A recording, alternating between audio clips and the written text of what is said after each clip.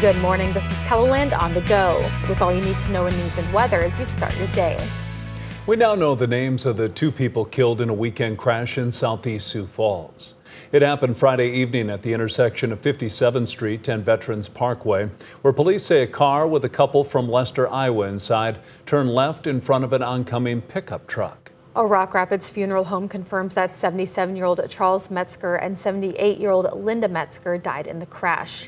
A 35-year-old Harrisburg man driving the pickup was taken to the hospital with serious injuries. Sioux Falls police are looking into how a car crashed into a building in southwest Sioux Falls Sunday night. Take a look at this video from the scene off South Louise Avenue. It appears one car may have crashed into the part of Roy's building and was being towed out by authorities. We expect to learn more details during this morning's police briefing, which we'll carry live on KELOLAND.com starting at 10:30. Sioux Falls police say several parked vehicles have damage after shots were fired in downtown early Sunday morning. Authorities say the call came in just before 1 o'clock at East 11th Street and South 1st Avenue. Police say a group of people appeared to have been playing dice in a parking lot when the shots were fired. Officers found a large number of handgun shell casings in two separate areas of the parking lot. No one was injured. So far, no arrests have been made.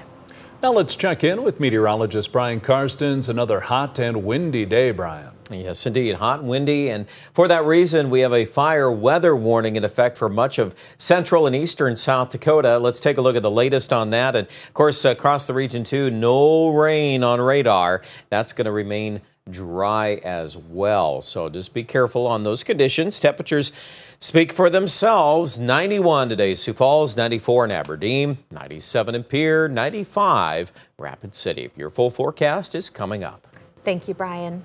A South Dakota man is the new light heavyweight champion of the world in bare knuckle boxing. Josh Dyer of Brookings dethroned the defending champion Mike Richmond of Rosemount, Minnesota in the title fight in Salt Lake City. Ion KELOLAND profiled Dyer last month as he trained for the bout. According to the Bare Knuckle Fighting Championship website, Dyer won by a technical knockout 58 seconds into the fourth round after a large cut opened on Richmond's forehead. Dyer told us his time as an SDSU cheerleader helped condition him for his professional boxing career. The 37th annual Avera's Race Against Cancer kicked off Saturday morning with a record high turnout. KELOLAND's chief photographer Kevin Kiergaard captured moments from the race. More than 7,700 participants ran in Saturday's event, which is nearly 1,000 more than the highest year in the past. Participation and donations support patients receiving care at the Avera Cancer Institute in Sioux Falls. Well, just in time for Mother's Day, a well-known mallard mother welcomed 11 new ducklings to the family. KELOLAND Living's Mitchell Olson shot us this video of Mallory the mallard, who led 11 darling ducklings to their forever pond just after 6 a.m. on Mother's Day morning. Since 2022, Mallory has made Olson's patio her preferred spot to lay her eggs and has been returning ever since. Now the flock will spend their days floating on the pond with the other families of ducks and geese. That's a look at some of our top stories. Now let's get another check of your weather with meteorologist Brian Karstens. Brian? All right, and those ponds and lakes with the ducks, it looks like some choppy waters today. We got a south wind really cranking up here, 20 to 40. Some spots probably a little more than that around Aberdeen in particular late this afternoon. Forecast tonight, another mild overnight, and we're going to gear up for more wind tomorrow from the south. It looks like, generally speaking, at least 15 to 30. Gusts a bit higher than that, East River. Notice Rapid City beginning to change around to the northwest on that wind. And then we get into Wednesday. Now, Wednesday is a day where this cold front's beginning to work in. We've got those wind changes going on in Rapid City in the west. And then it looks like Thursday, Friday. Look at all of this. We got strong northwest winds at about 30 to 50. Some of these gusts are even more than that. And that's going to usher in a big change in the weather. And there's more wind from the northwest on Friday. So I guess if we need to communicate one story in particular, it's the fact that we're going to have windy days all week long to some degree here, former fashion as well. Number-wise, 90s today. Very common across our entire region. We're looking at 95 to 97 from Pierre to Rapid City, pretty likely.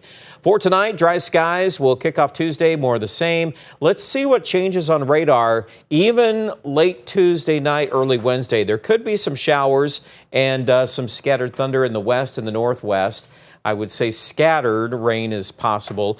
The bigger shot at rain comes in East River starting Wednesday late afternoon and Wednesday night. And we'll get a patchwork of showers and thunderstorms, hopefully some much needed rainfall. A lot of us are in that category with all this recent dry, hot weather. And there's even some wraparound rain going on the backside of the low, right around Aberdeen, Mobridge. So that could end up being some pretty decent rainfall. I think there's some potential in there for well over an inch of rain, probably even a couple of inches of rain if this all pans out. But just be careful because that's not the whole region. There's going to be certain segments of South Dakota that are going to be more in line with that kind of rain. And I would definitely keep an eye on this particular corridor between Aberdeen and Mobridge. Let's see how that changes over the next couple of days.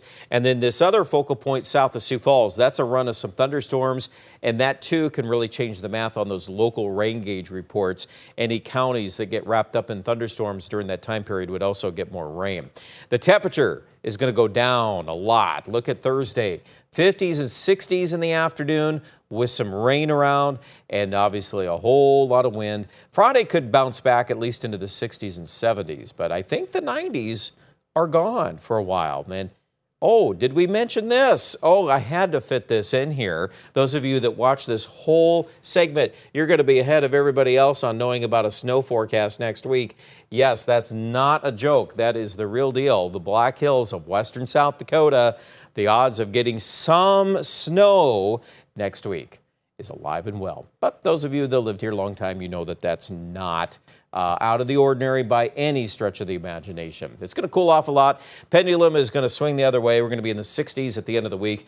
Not to say we can't warm up a little bit here at the end of the 7-day forecast, but it looks like right now Aberdeen in the northeast will hold in the 60s at least through the kickoff of the weekend. So with the rain chance included here, that looks most likely on Thursday and the leftovers on Friday. Quick look at Pierre and Rapid City. Same idea. We break down the heat ridge. 60s for highs Thursday and Friday.